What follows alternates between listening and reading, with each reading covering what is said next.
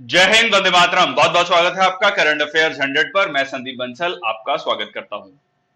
आज हम चर्चा करेंगे open network for digital commerce, ONDC.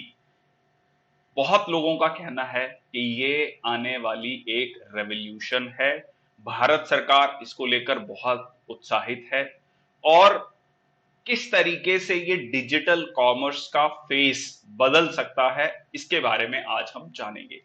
इसको ये भी कहा जा रहा है कि जो रेवोल्यूशन यूपीआई ने डिजिटल पेमेंट में लेकर आई, वो रेवोल्यूशन ओएनडीसी डिजिटल कॉमर्स या ई कॉमर्स में लेकर आएगा, ऐसा बहुत लोगों का मानना है। चलिए तो आगे चलते हैं। सबसे पहले open network for digital commerce, government of India एक पायलट प्रोजेक्ट शुरू किया है। गवर्नमेंट ऑफ इंडिया ने ये 5 सिटीज में चल रहा है। लेट अप्रैल में शुरू हुआ था। Bengaluru, new Delhi, NCR, Bhopal, Shillong and Coimbatore. उसके बाद इसका मकसद क्या है? देखिए, मकसद सबसे इंपॉर्टेंट ये है कि डेमोक्रेटाइज करना कंट्री के fast growing digital e commerce space को। अगर आप एक्चुअल में आज के टाइम पे देखें, जब मैं ये वीडियो बना रहा हूं, तो यहां पर जो डिजिटल कॉमर्स है या ई कॉमर्स है, वो बड़े प्लेटफॉर्म्स ने कहीं ना कहीं उनका डोमिनेंस है और छोटे दुकानदार, छोटे व्यापारी का हिस्सेदारी इसमें ना के बराबर है। स्पेशली टीयर 2, टीयर 3 सिटीज में, गांव देहात के इलाके में बहुत कम आपको एज अ सेलर मिलेंगे। कहां पर? बड़े बड़े प्लेटफॉर्म्स पे। तो बेसिकली यूपीआई ने क्या किया है? देखिए, यूपीआई क्या होता है कि जब आप एक किसी दुकानदार के पास जाते हैं, मान लीजिए आपके पास पेटीएम ऐप है, उस दुकानदार के पास गूगल पे का या फोन पे का मान लीजिए क्यूआर कोड है, तो आप यूपीआई के माध्यम से जो है उस ट्रांजैक्शन को कंप्लीट कर सकते हैं। अब ये यूपीआई अपने आप में एक रेवोल्यूशन के रूप में आया है। इससे डिजिटल ट्रांजैक्शंस कई गुना बढ़ी हैं और पूरी दुनिया में इसके बारे में चर्चा हो रही है। Even in the developed countries like USA, वो इसको रेप्लिकेट करना चाहते हैं। तो इसने बहुत सारे डिजिटल पेमेंट या कह लीजिए ई वॉलेट्स को एक प्लेटफॉर्म दिया है टू मर्ज, ठीक है, और डिजिटल ट्रांजैक्शंस को बहुत ईज आउट किया है इंडिया में, जो कि आमतौर पर हम डे टू डे बेसिस पर छोटी छोटी ट्रांजैक्शंस के लिए भी यूज करते हैं। चलिए, तो अब ओएनडीसी क्या है? एक नॉट फॉर प्रॉफिट ऑर्गेनाइजेशन है। अच्छा, सबसे इंपॉर्टेंट पॉइंट ये यहां पर कि ये कोई अमेजन या फ्लिपकार्ट या कोई भी ई कॉमर्स प्लेटफॉर्म नहीं होने जा रहा। ये नहीं है कि आप उस पर जाएंगे और सामान खरीदेंगे। ये ओपन नेटवर्क है। समझने की कोशिश करेंगे कि ओपन नेटवर्क क्या है। ना तो ये कोई एग्रीगेटर एप्लीकेशन है, ना कोई होस्टिंग प्लेटफॉर्म है। ये सबसे इंपॉर्टेंट, इसमें वॉलेंट्री है। जितने भी ई कॉमर्स प्लेटफॉर्म्स हैं या डिजिटल कॉमर्स एप्लीकेशंस हैं, वो इस पर अपने आप को वॉलेंटरली रजिस्टर कर सकते हैं। ये सबसे इंपॉर्टेंट पॉइंट है। कोई उन पर बाइंडिंग नहीं है। ओएनडीसी सिर्फ रिटेल सेक्टर तक नहीं है, सिर्फ गुड्स तक नहीं है, ये सर्विसेज को भी कवर करेगा।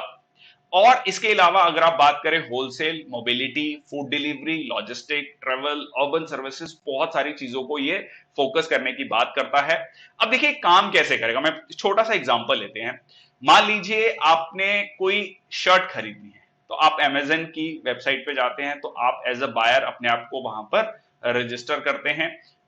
ऐप पर जाएंगे या वेबसाइट पे जाएंगे और वहां पर बहुत सारे सेलर्स होंगे जो कि पर्टिकुलर एक, मान लीजिए ब्लू कलर की शर्ट चाहिए, तो वो आपको वहां पे कई सारे सेलर्स दे रहे होंगे। बट सपोज एक सेलर जो फ्लिपकार्ट पर जिसने अपने आप को रजिस्टर कर रखा है, उसका प्रोडक्ट आपको शो नहीं करेगा, ठीक है। अब इसमें इसी चीज को ओवरकम करने की कोशिश की जाएगी, जहां पर बायर, दो वो अमेजन प्लेटफॉर्म पर है, बट वो बहुत सारे और जो ई कॉमर्स प्लेटफॉर्म्स है वहां के प्रोडक्ट्स भी बेच सकता है, खरीद सकता है।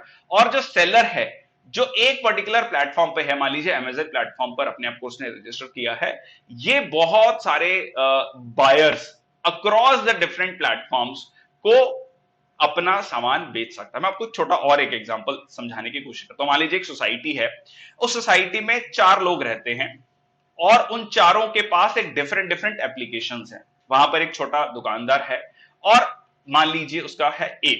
तो वो उस ए दुकानदार ने जो है एक ऐप डाउनलोड कर रखी है जिसमें वो एज अ सेलर रजिस्टर है। वो सेम ऐप जो कस्टमर नंबर 1 है उसने भी रजिस्टर कर रखी है, बट उसके पोटेंशियल कस्टमर 2, 3 एंड 4 भी हैं।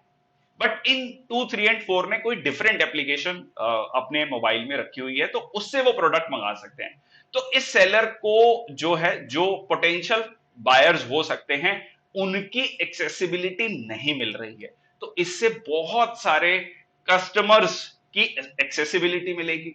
सिमिलरली ये जो कस्टमर हैं, इनको ये जो सेलर है ये ज्यादा फास्ट डिलीवरी कर सकता है, ज्यादा कह सकते हैं कॉस्ट एफिशिएंट तरीके से कर सकता है, या बहुत सारे बेनिफिट्स हैं। तो ये इनको ये प्लेटफॉर्म का या इस सेलर का भी बेनिफिट हो पाएगा। आई होप कुछ बेसिक समझने की आपको मदद मिली होगी। तो ये है बेसिकली ओएनडीसी। अब सवाल उठता है कि क्यों बन रहा है ओएनडीसी, क्यों जरूरत पड़ी इस ओएनडीसी की। देखिए, कोविड 19 पेंडेमिक के बाद हमने ये देखा कि डिजिटल ई कॉमर्स में, डिजिटल कॉमर्स में, या रादर कोई भी ऑनलाइन बिजनेस में, वो एडटेक इंडस्ट्री हो, उसमें बहुत ग्रोथ देखने को मिली, क्योंकि सब लोग घर पे बैठे हैं और इंटरनेट सबके पास है। तो ये स्पेशली टीयर 1, टीयर 2 या टीयर 3 सिटीज में इसकी ग्रोथ फिनोमिनल हमने देखी। बट इसका जो एक बहुत बड़ा इंपैक्ट हुआ वो स्मॉल सेलर्स और हाइपर लोकल सप्लाई चेन में हुआ। एक बहुत बड़ा डिस्कनेक्ट था, जो ऑनलाइन डिमांड थी और जो छोटे दुकानदार थे, छोटे व्यापारी थे, उनके बीच में एक बहुत बड़ा गैप था। आप किसी भी आसपास की परचून की दुकान में या कोई छोटी दुकान में जाएंगे तो उनसे पूछें तो कहेंगे नहीं, बहुत मुश्किल है ये सिस्टम, हम कैसे समझेंगे, हम कैसे सेल करेंगे, कैसे मेरे पास जो है ऑर्डर आएंगे, कैसे हम उनको एग्जीक्यूट करेंगे। तो they don't know the technical know how and they may be resistant also to know that technical know how. उसके बाद ये भी देखा गया, कहीं ना कहीं एलिगेशंस थे कि बड़े जो प्लेयर्स हैं उनकी डोमिनेंस है इस पर्टिकुलर फील्ड में, डिजिटल कॉमर्स में। उसमें भी एक एलिगेशन था कि कुछ पर्टिकुलर सेलर्स के प्रोडक्ट को ज्यादा ऊपर शो किया जाता है। उसके बाद ये भी था कि मान लीजिए ये सेलर्स हैं, मैं शर्ट की एग्जांपल ली, तो शर्ट में भी बहुत सारे कलर्स हैं, बहुत सारे साइजेस हैं। तो अब उनको ये पता लग गया कि मान लीजिए डिजिटल कॉमर्स प्लेटफॉर्म को, कि इस पर्टिकुलर साइज में और इन पर्टिकुलर कलर्स की शर्ट ज्यादा जो है सेल होती है, तो उन्होंने अपनी प्रोडक्शन शुरू की या अपने ब्रांड के रूप में उसको बेचना शुरू किया। तो अल्टीमेटली जो सेलर उनको कमीशन दे रहा था, मान लीजिए 10% कमीशन दे रहा था, फॉर एग्जाम्पल, मैं एग्जाम्पल से समझाने की कोशिश कर रहा हूं कि उस प्लेटफॉर्म को मान लीजिए वो 10% कमीशन दे रहा था, उन्होंने उसी कमीशन को अपना प्रॉफिट बना लिया। ऑब्वियसली ये सेलर भी डिसएडवांटेजियस पोजीशन पे पहुंच गया। ये एलिगेशन है अगेन। तो कहीं ना कहीं बड़े प्लेयर्स का डोमिनेंस भी कम हो और छोटे दुकानदार, हर छोटे बड़े दुकानदार को इसका बेनिफिट मिले, डिजिटल कॉमर्स का, ऑनलाइन कॉमर्स का। तो ये सबसे बड़ा यहां पर पॉइंट है। Allegations of anti competitive practices जो मैंने अभी आपको बताया, लोकल रिटेल सिस्टम का जो डिस्कनेक्ट था ऑनलाइन डिमांड के साथ, इंडिपेंडेंट इन फंक्शनिंग, ये भी सोचा गया कि जो ओएनडीसी होगा वो डे टू डे गाइडेंस उसको नहीं चाहिए होगी, अपनी कोई एडवाइजरी नहीं चाहिए होगी शेयर होल्डर से, मेंबर से। एक ओपन प्लेटफॉर्म है, again rather I should not say platform, I should say open network है, जहां पर बहुत सारे बायर्स और बहुत सारे सेलर्स साथ में आएंगे, और लॉजिस्टिकल सर्विसेज भी, डिलीवरी भी। ठीक है, अब देखते हैं कि अभी करंट स्टेटस क्या है। जैसे मैंने आपको पहले बताया, 5 सिटीज में ये चल रहा है पायलट बेसिस पर, ट्रायल बेसिस पर। फिर इसके बाद धीरे धीरे इसको ऑल इंडिया शुरू किया जाएगा। एडवाइजरी काउंसिल बनाएगी। एडवाइजरी काउंसिल का मकसद क्या था? इसके पोटेंशियल को देखना, रियलाइज करना, सरकार को एडवाइज करना, क्या क्या इसमें बेहतरी हो सकती है, क्या क्या इंप्रूवमेंट्स हो सकती हैं, और ताकि इसकी एडॉप्शन ज्यादा से ज्यादा लोगों तक हो। और ये कहा जा रहा है कि अगले 5 सालों में 90 करोड़ यूजर्स, कस्टमर्स इसमें अपने आप को रजिस्टर करेंगे, ऑन बोर्ड आएंगे, और 12 लाख सेलर्स इस नेटवर्क के साथ जुड़ेंगे। ऐसा मानना है सरकार का, ऐसा मानना है बहुत सारे एक्सपर्ट्स का। और यह भी कहना है कि ऑनलाइन जो डिजिटल कॉमर्स है, टोटल ग्रॉस मर्केंडाइज वैल्यू का अराउंड 4 to 5% के बीच में है, 4.3% टू बी वेरी स्पेसिफिक, जो कि ऑब्वियसली बहुत तेजी से ग्रो कर रहा है अगले पिछले 5 सालों से, और अगले 10 सालों में बहुत तेजी से ग्रो करने वाला है। तो क्यों ना जो छोटा और मझौला कह सकते हैं दुकानदार है, व्यापारी है, उसको भी इसका हिस्सा मिले। ठीक है जी, वो भी इसका पार्ट बने डिजिटल कॉमर्स का। चलिए, अब बेनिफिट्स क्या हो सकते हैं, जैसे मैं बार बार बोल रहा हूं, बिजनेस को बेनिफिट होगा। अच्छा, एक चीज सबसे इंपॉर्टेंट समझने वाली है कि बिजनेस को बेनिफिट कैसे होगा। देखिए, अब मान लीजिए एक अमेजन प्लेटफॉर्म है, तो अमेजन प्लेटफॉर्म पर बहुत सारे बायर्स हैं, बहुत सारे सेलर्स हैं और डिलीवरी सर्विसेज, तो उनको सबको मैनेज करना है। इस प्लेटफॉर्म को तीन मेन चीजों को मैनेज करना है: buyers, sellers and logistical services या डिलीवरी सर्विसेज। अब यहां इन्वेंट्री मैनेजमेंट, कैटलॉगिंग, बहुत सारी चीजें फर्दर है, मैं ब्रॉडली समझाने की कोशिश कर रहा हूं। अब मान लीजिए कोई ऐप हो सकती है जो सिर्फ बायर्स को ऑनबोर्ड कर रही है, ठीक है, उसको सेलर्स के साथ नहीं करना है। कुछ हो सकता है सेलर्स में स्पेशलाइज कर रहे हो, कुछ डिलीवरी सर्विसेज में स्पेशलाइज कर रहे हो, कुछ कैटलॉगिंग में स्पेशलाइज कर रहे हो, कुछ इन्वेंट्री मैनेजमेंट में स्पेशलाइज कर रहे हो। तो इससे क्या होगा, बिजनेस में स्पेशलाइजेशन आएगी। आप पर्टिकुलर एक सेक्टर को स्पेशलाइज कर पाएंगे, पूरे के पूरे जो चेन है, सप्लाई चेन में एक पर्टिकुलर चीज को देख पाएंगे। तो इससे क्या होगी, एफिशिएंसी आएगी, इफेक्टिवनेस आएगी, आपका एक्सपोर्ट कॉम्पिटेटिवनेस भी बढ़ेगी, विद इन इंडिया भी ग्रोथ बढ़ेगी। ठीक है जी। चलिए, कस्टमर को क्या बेनिफिट होगा, कस्टमर को बहुत सारे प्लेटफॉर्म्स मिलेंगे। जैसे मैंने आपको पहले बताया, आपको एक प्लेटफॉर्म पे आप रजिस्टर हैं तो बहुत सारे प्लेटफॉर्म्स के जो सेलर्स हैं उनके आपको सर्विसेज मिल पाएंगी, उनकी जो डिलीवरी सर्विसेज है उनकी जो बेनिफिट्स मिल पाएंगे आपको।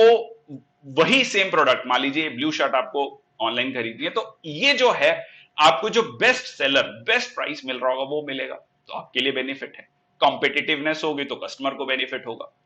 गवर्नमेंट को क्या बेनिफिट है, जब बिजनेस को ग्रोथ मिल रही है, कस्टमर को बेनिफिट मिल रहा था, ऑब्वियसली गवर्नमेंट को टैक्स ज्यादा होगा। जो अभी तक ट्रांजैक्शंस कैश में हो रही थी वो ज्यादा ऑनलाइन होंगी, ज्यादा डिजिटल ट्रांजैक्शंस होंगी। ज्यादा डिजिटल ट्रांजैक्शंस होंगी तो ज्यादा टैक्स कलेक्शन होगा। लेस कैश इकोनॉमी की जो हम बात करते हैं उसकी तरफ हम बढ़ेंगे, तो डेफिनेटली गवर्नमेंट को बेनिफिट होगा। अब जैसे मैंने आपको पहले ही बताया, स्टैंडर्डाइज होंगे कई सारे ऑपरेशंस, कई सारे लेवल्स पर हम उसको स्पेशलाइज कर पाएंगे, तो ultimately overall growth, customer, government सबको बेनिफिट होगा। ठीक है जी।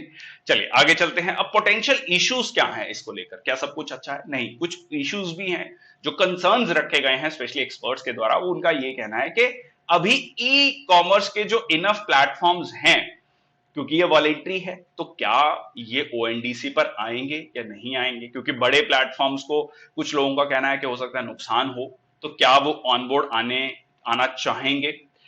Along with the issues related to customer service. अब मान लीजिए आपने अमेजन से कोई प्रोडक्ट खरीदा, तो उसकी जिम्मेदारी होती है, वो सेलर को कह सकता है कि ये प्रोडक्ट आपका डिफेक्टिव था, डिलीवरी, मतलब पूरा का पूरा उन्होंने सिस्टम उसको डेवलप किया हुआ है। बट अब आपने अपने पे अमेजन ऐप डाउनलोड की है, सेलर फ्लिपकार्ट पे है, और जो डिलीवरी सर्विसेज है वो थर्ड किसी प्लेटफॉर्म पर है। तो अब आपका जो प्रोडक्ट है वो डिफेक्टिव प्रोडक्ट, और देखा भी गया कि सबसे ज्यादा जो प्रॉब्लम आती है वो ये आती है, या तो डिफेक्टिव प्रोडक्ट डिलीवर हुआ, डिफेक्टिव सर्विसेज दी गई, या डैमेज प्रोडक्ट था। तो मेनली सबसे ज्यादा कंसर्न इसमें रहता है। तो उस कंसर्न में किसको अप्रोच किया जाएगा कस्टमर के द्वारा? ठीक है जी। क्या वो अमेजन प्लेटफॉर्म को अप्रोच करेगा, या फ्लिपकार्ट को अप्रोच करेगा, या जो डिलीवरी सर्विस है उसको अप्रोच करेगा? पेमेंट इंटीग्रेशन, अगेन मान लीजिए वो प्रोडक्ट वापस हुआ तो पेमेंट आना, या पेमेंट नहीं हुई या 2 बार हो गई, तो इस सारी इश्यूज को अभी रिजॉल्व करना, ताकि सही मायने में रिस्पॉन्सिबिलिटी फिक्स हो पाए, वो बहुत इंपॉर्टेंट है। But having said this, all the potentials, experts का यह भी कहना है कि ये पोटेंशियल इश्यूज इतने बड़े नहीं हैं जिनको सॉर्ट आउट नहीं किया जा सकता। ये सॉर्ट किए जा सकते हैं, इन पे सॉल्यूशंस ढूंढे जा सकते हैं, बट जो बेनिफिट्स हैं वो फार आउटवे द पोटेंशियल इश्यूज। इसमें और इंपॉर्टेंट चीज, एक पॉइंट जो और ऐड करना चाहता हूं लाइकली बेनिफिट्स में, आप देखिए कस्टमर की भी रेटिंग हो पाएगी। कौन से कस्टमर हैं जो बहुत ज्यादा रिटर्न करते हैं, कस्टमर्स की भी रेटिंग है। डिलीवरी सर्विसेज की भी रेटिंग है, कौन सी डिलीवरी सर्विसेज बेटर हैं। सेलर्स की भी रेटिंग है। तो इस तरीके से एक क्लैरिटी होगी। मान लीजिए सेलर के पास 5 डिलीवरी सर्विसेज के ऑप्शन है, तो उसको रेटिंग से पता लग पाएगा कि किसके थ्रू मैं बेच सकता हूं, किसका किस एरिया में। मान लीजिए ईस्ट इंडिया में किस लॉजिस्टिक सर्विसेज का ज्यादा बेटर मैनेजमेंट है तो उसके थ्रू वो प्रोडक्ट बेच सकता है, वेस्ट इंडिया में किसी और का हो सकता है, तो इस तरीके से भी स्पेशलाइजेशन होगा। ठीक है जी, आगे चलते हैं। Result of pilot project.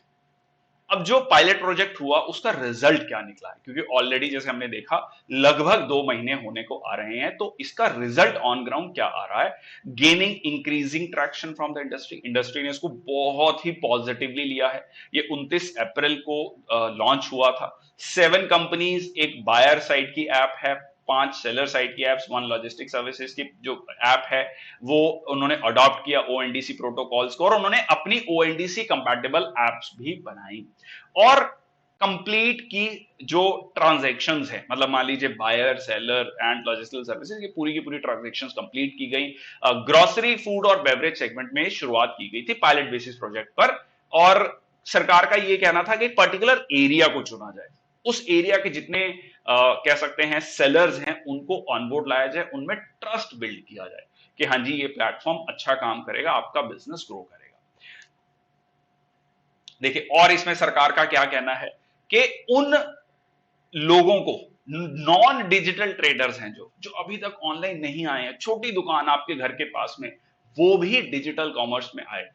सुनने में अजीब लगता है कि वो कैसे दे पाएगा, हो सकता है एक बहुत अच्छी कोई रेडी है, वो बहुत अच्छे समोसे उसके पास हैं तो वो भी ऑनलाइन बेच पाए। सुनने में थोड़ा अजीब लगता है, बट यस वो बाय हो रहा है, वैसे फूड डिलीवरी एप्स कर रही हैं उसको, बट और इस तरीके की चीजें आ पाए। ठीक है जी, हैंडीक्राफ्ट्समैन जो बहुत अच्छे कारीगर हैं, आर्टिशंस हैं, वो भी अपना सामान जो है ओएनडीसी प्लेटफॉर्म के थ्रू बेच पाए। Pilot basis project from one single market, जो मैंने पहले बताया कि पहले छोटी मार्केट से शुरू किया जाए, फिर धीरे धीरे इसको एक्सपैंड किया जाएगा। इसका और मकसद सरकार का यह भी है कि ओएनडीसी और NABARD, national bank for rural development जो है साथ में आए, एग्रीकल्चर सेक्टर को कैसे इसमें ऑनबोर्ड किया जाए। फार्मर जो है वो इंडिया के किसी भी कोने में बैठकर किसी और जो बायर है, जो प्रोस्पेक्टिव बायर है, उसको अपना सामान बेच सके। उसके बाद फार्मर प्रोड्यूसर्स ऑर्गेनाइजेशंस के साथ जो है इनोवेटिव सॉल्यूशंस बिल्डअप किए जाएं, ताकि वो भी अपने प्रोड्यूस को अच्छे दामों में बेच सकें और किसान की आय को हम बढ़ा सकें। So that is also a very much concern of the government of India. आगे चलते हैं। इसके अलावा government of UP OD OP product, one district one product, उनको लाया जाए। जीआई प्रोडक्ट्स को, खादी, हैंडीक्राफ्ट, ट्राइबल प्रोडक्ट्स को। सरकार का यह भी कहना है कि जो डीपीआईआईटी, मतलब जो आपका ministry of commerce and industry के अंदर का डिपार्टमेंट आता है, वो बाकी मंत्रालयों के साथ, बाकी राज्य सरकारों के साथ मिलकर इस तरीके के छोटे छोटे जो प्रोडक्ट्स हैं, जो कह सकते हैं कि लोकल आर्टिशियंस के, हैंडीक्राफ्ट्समैन के प्रोडक्ट्स हैं, उनको ऑनबोर्ड लाया जाए। ठीक है, उनको भी एक मार्केट मिले। Creation of apps in regional languages, ताकि ऑब्वियसली छोटे छोटे एरियाज तक भी इसकी रीच पहुंच सके, ज्यादा बेटर रीच हो। Faster adoption to ONDC, building trust, ये सबसे इंपॉर्टेंट पॉइंट है। देखिए, ट्रस्ट बड़े ई कॉमर्स प्लेटफॉर्म में सबसे इंपॉर्टेंट चीज क्या है, लोगों का कहीं ना कहीं अब पिछले कुछ सालों में ट्रस्ट बिल्डअप हो गया है। तो ट्रस्ट बिल्ड होना कि मैं अगर सामान इससे मंगवाऊंगा तो सही प्रोडक्ट आएगा, पेमेंट का कोई इशू नहीं रहेगा, तो ये सारी की सारी चीजें बहुत इंपॉर्टेंट है। ONDC has plans to scale up about 100 cities by August. अगस्त तक इसको 100 सिटीज तक ले जाया जाएगा, और उसके बाद इसके जो जो भी इश्यूज आएंगे, 100 सिटीज में क्या क्या प्रॉब्लम्स आ रही हैं, कैसे उनका सॉल्यूशन हो सकता है, फिर धीरे धीरे पूरे इंडिया में लाया जाएगा। बट यस, इस चीज को बहुत सारे एक्सपर्ट्स ये कह रहे हैं कि ये अपने आप में फ्यूचर की एक बहुत बड़ी रेवोल्यूशन हो सकता है। तो कैसा लगा ये लेक्चर, प्लीज लिखिएगा कमेंट सेक्शन बॉक्स में। कोई भी डाउट है please write in the comment section box. I'll try to reply as soon as possible. These are my social media handles. You can join me on these: Insta, Telegram, Twitter, Gmail पे आप मेरे को mail कर सकते हैं, Facebook group पर जुड़ सकते हैं, और ये है YouTube का channel current affairs 100। If you like the session, please like and comment और शेयर कर दीजिए सेशन को, और सब्सक्राइब कर लीजिए चैनल को, and please do press the bell icon button, ताकि नोटिफिकेशंस आपको मिलती रहे। बहुत बहुत धन्यवाद। जय हिंद, वंदे मातरम।